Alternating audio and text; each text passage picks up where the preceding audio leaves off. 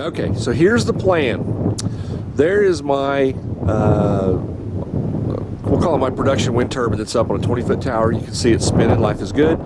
Just below the PMA of the blades is a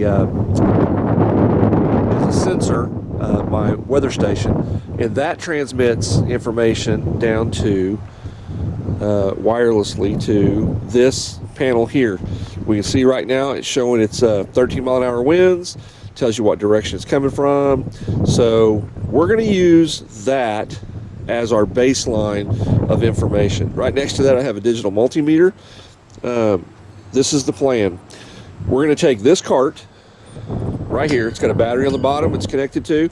There is the bracket that we're using is the bracket from Thermodyne.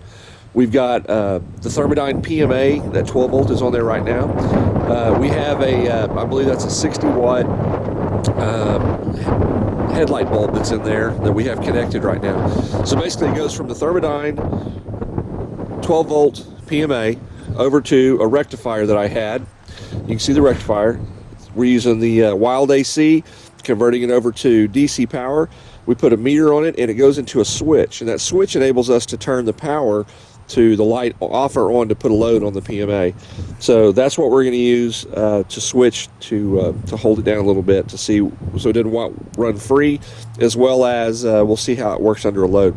So the plan is that we'll use my current weather station as a baseline to tell us what the wind speeds are. Now, somebody's going to say, well, the wind speeds are going to be different here than they are up the 10 or 15 feet. That's absolutely true, but for what we're using this for, it'll be the baseline to say, if it says 13 on the meter and we're using the Missouri Wind and Solar blades, then if it says 13 and we're doing the Thermodyne blades, it's the same either way. So I'm going to keep the background of my wind turbine that's up in production so that you can see where the winds are coming from, so no one says, hey, you turned it in a different direction or anything like that. We're going to put the Thermodyne blades on first, since it's a Thermodyne PMA. Then we're going to put the Missouri Wind and Solar 11 blade system on. We're going to look at the meters and let them run for just a little bit, and we'll record that.